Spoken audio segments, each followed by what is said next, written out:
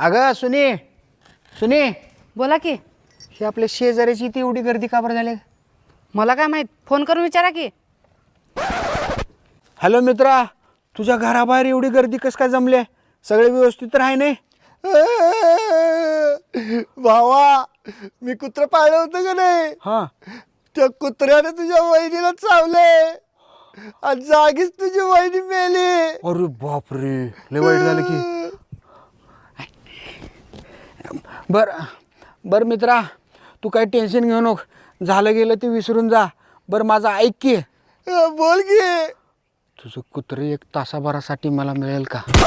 तुला काय वाटलं घराबाहेर कशासाठी थांबल्यात ती माणसं? कुत्रेच मागायला थांबल्यात की. कुत्र्यासाठी एवढी गर्दी झाली होय? मला वाटलं ह्याच्या बायकोचा शोक मनवायला थांबल्यात काय की कडू 12 बोड्याचे.